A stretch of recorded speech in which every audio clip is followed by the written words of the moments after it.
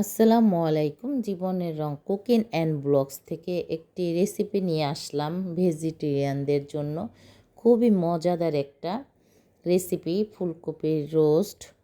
ফুলকপিগুলি 3 minute আমি 1 চামচ লবণ দিয়ে ভালো করে 3 মিনিট সেদ্ধ করে নিয়েছিলাম।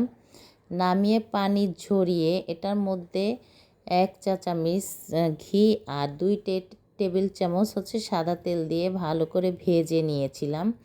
ভেজে নামিয়ে আমি আগে থেকেই একটা মশলার পেস্ট করে রেখেছিলাম, যার মধ্যে ছিল আদা রসুন পেস্ট, ধনিয়া জিরা গুঁড়া, ছিল কাঠবাদাম কাজু বাদাম, কিশমিশ বাটা সামান্য, এর মধ্যে ছিল একটু টক দই, ছিল টমেটো সস, ছিল মরিচের গুঁড়া।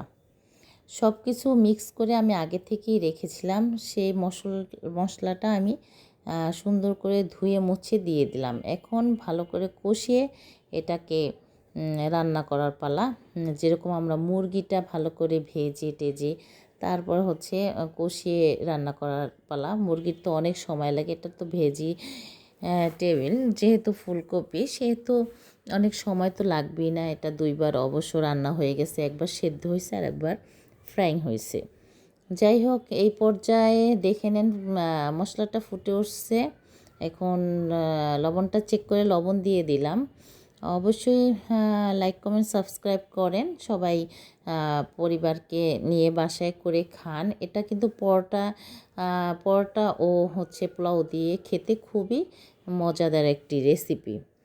আমি রান্না করে নামিয়ে রেখেছিলাম, সবাই পরে নিজেই ভাগে পাইছিলাম না। যাই হোক, কাঁচামরিচটা দিয়ে দিলাম, এটা থেকে একটা অন্যরকম অ্যারোমা বের হয়। সবার শেষে দিয়ে দিয়েছিলাম এখানে পেঁয়াজ ব্রেস্তা। মাশাল্লাহ, খুবই সুন্দর একটা ঘ্রাণ বের হয়েছিল। বাসায় করে খেলে, আমি এটা পোলাও দিয়ে খাওয়াইছিলাম সবাইকে, পোলাও দিয়ে খেয়েছিল। তাড়াহুড়া করে নামিয়ে ফেলছি, অতটা সুন্দর করে ডেকোরেশন করার সুযোগ পাইনি, কেননা আমার ওই দিন রান্নার একটু চাপ ছিল, বেশি মেহমান ছিল, তাই আর কি অত সুন্দর করে ডেকোরেশন করতে পারিনি। ভালো থাকবেন সবাই।